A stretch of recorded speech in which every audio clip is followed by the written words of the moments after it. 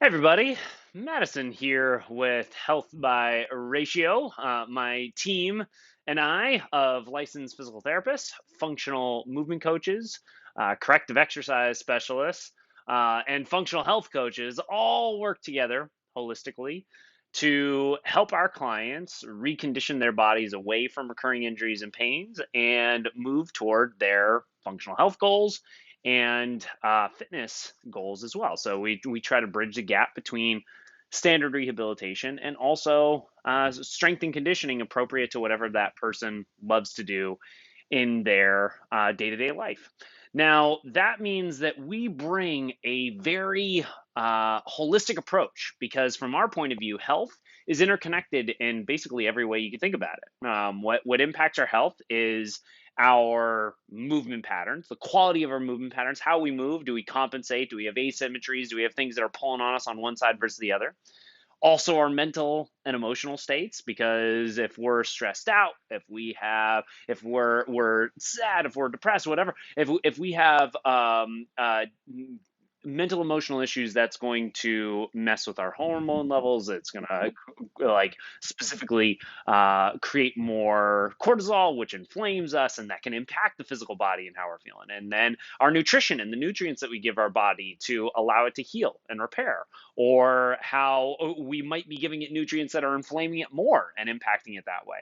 Our quality of sleep and our body's ability to repair and regenerate is obviously a huge factor. Our environment and the everything from like air quality to now, like in our program, we don't get into like air quality with our clients and that kind of stuff. We talk about it a little bit, but that's not, we don't write a program about air quality or write a program about that kind of, but we do talk about like the light that they have shining on their body on a regular basis, if they're getting any natural sunlight, wearing things like blue light blocking glasses at night to let their circadian rhythm reset. Talk about like Bluetooth and Wi-Fi signals and how that impacts the body and like that kind of stuff. So we do take certain facets of the environment, but it's very much holistic. Everything impacts our health. Well, I watched a documentary that's been out for a couple of months now. Yeah, almost 2 months now on Netflix. It's called Breaking Boundaries. Many of you guys have probably already watched it, and if you have, that's awesome. I'm glad you've already checked it out. But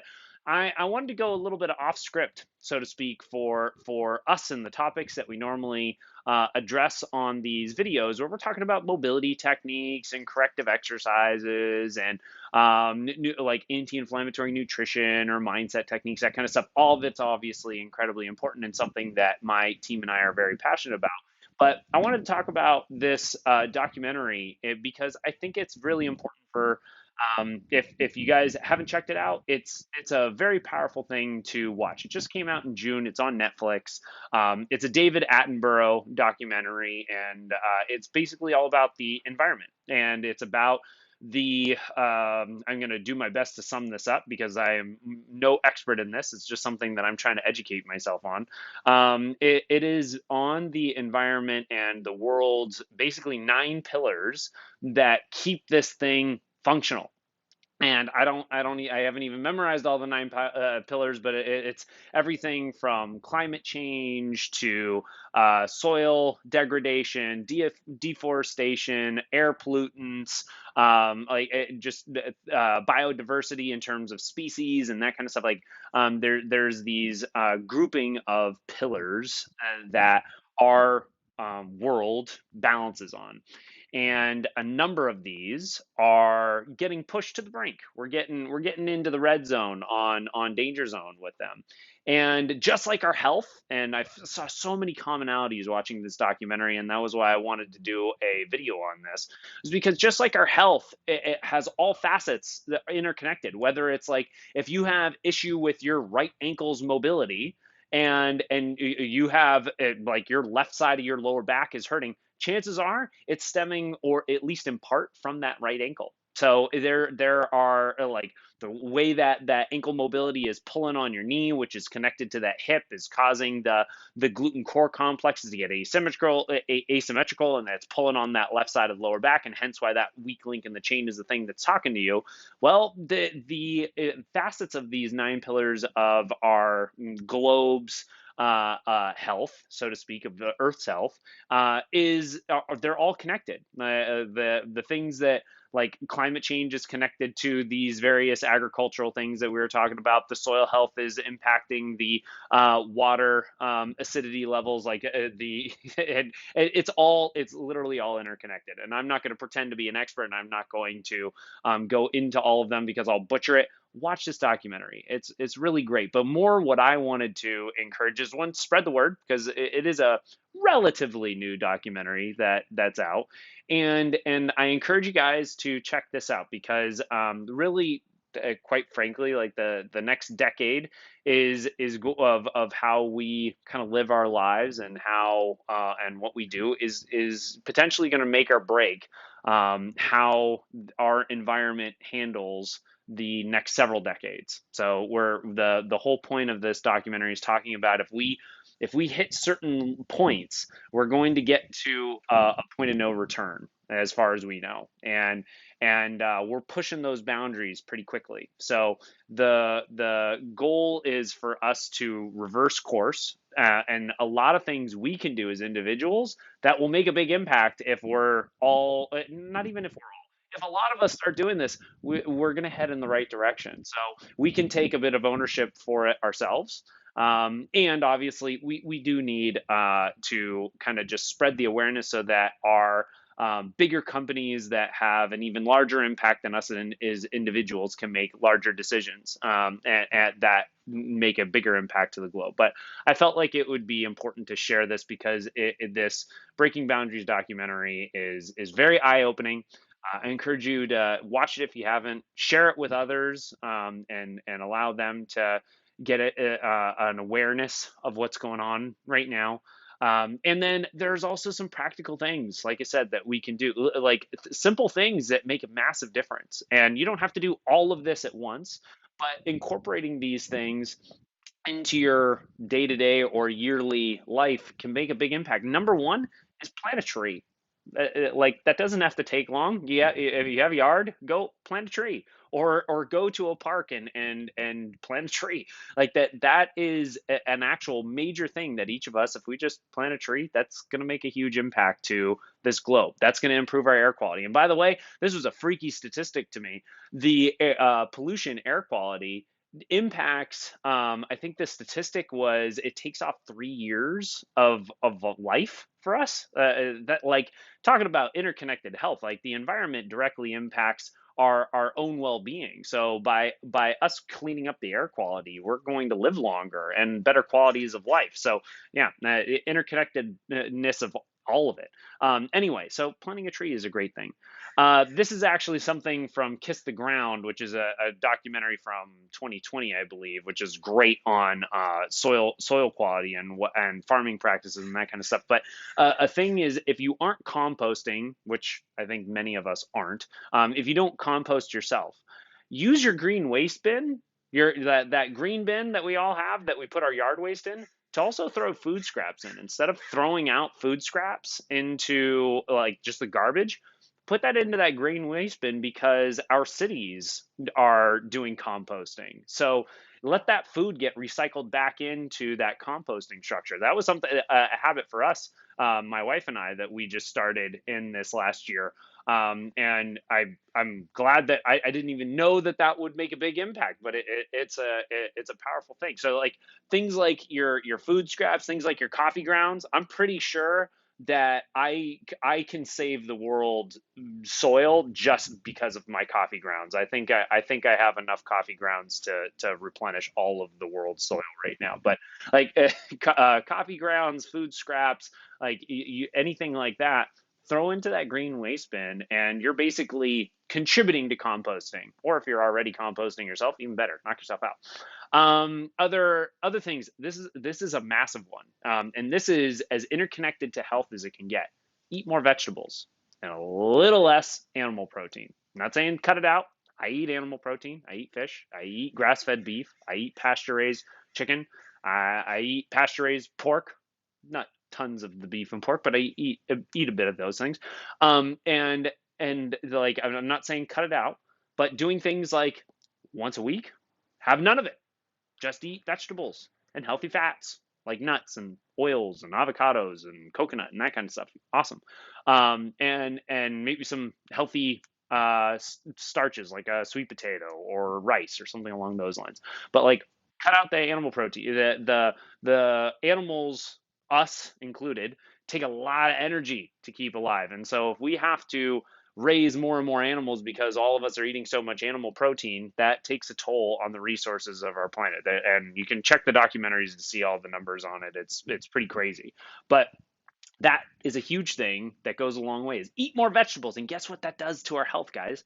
Vegetables, we all know, they're super healthy for us. They give us our vitamins, they give us our nutrients, they give us great healthy fiber that repairs our gut, and also they're basically calorie free. Like if you're thinking about it on the weight loss side, like they're going to like you can't get fat off vegetables. It's just not possible. So like we're going to head in the right direction on the obesity side. We're going to repair our guts and giving them proper fiber. We're going to repair our immune systems and overall body's function and energy levels with the better nutrients that we're giving it. So eating more vegetables is a huge thing, and eating just a little bit less animal protein, cutting it out maybe a day a week, can go a really long way. And by the way, guys, if anyone's thinking, well, I don't want to cut out any protein for a day, that's going to make me lose all my muscle.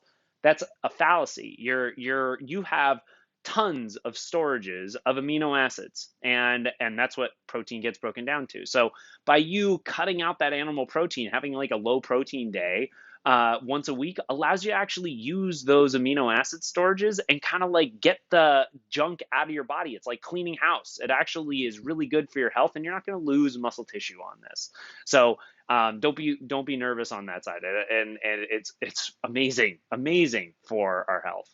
So that's the like and there's other things that we can do, like if you own a house and you're in a place where you can take a look at things like solar panels and solar energy.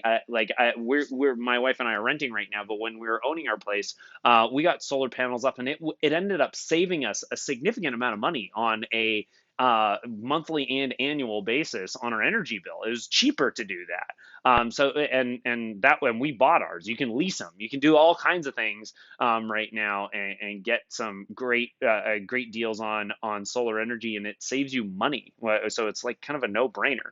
And if at that time, we also had an electric car, and it was really cool to be able to have our house be completely green, and then also be able to fuel our car with those solar panels. So it was really green. It was a very cool thing. Now I look forward to getting back to there, but because we're renting, we're not in a place where we can install those panels onto this that where we're at.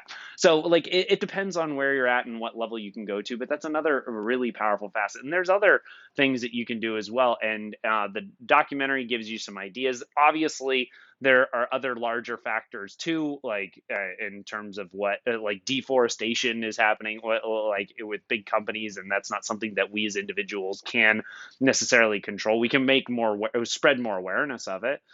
We can also do things like planting a tree that maybe it's minimal, but if everybody's doing it, that's billions of trees throughout the planet that's making a big impact. So there are things that we can contribute to that offset.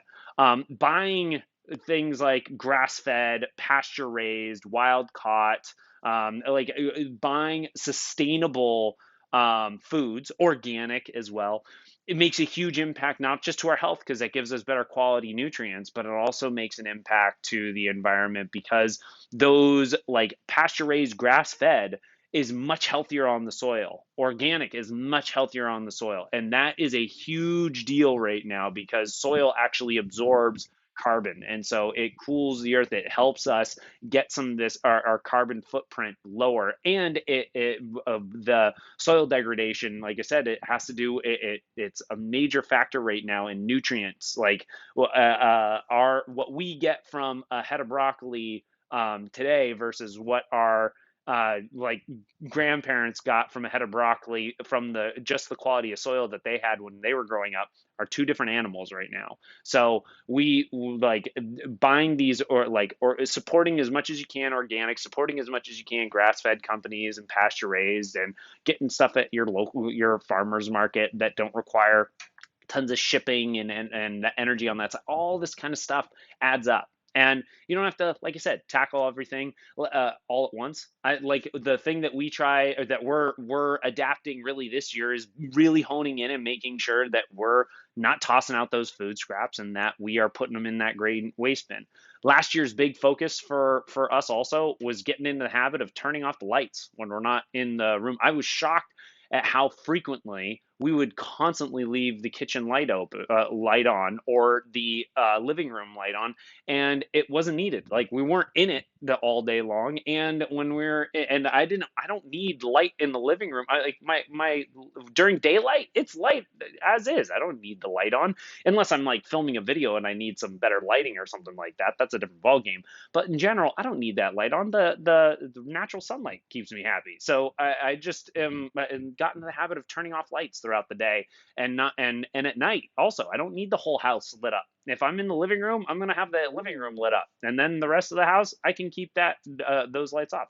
Those little things add up over time, and so there's small things that we can do to contribute. And if this isn't necessarily on your radar, check out Breaking Boundaries. It's an amazing documentary. It's very, very well done. Like I said, it just came out at the beginning of June. It's on Netflix. I'm going to include the link below this video so you guys can check it out. And yeah, educate yourself a little bit. It's an important thing right now.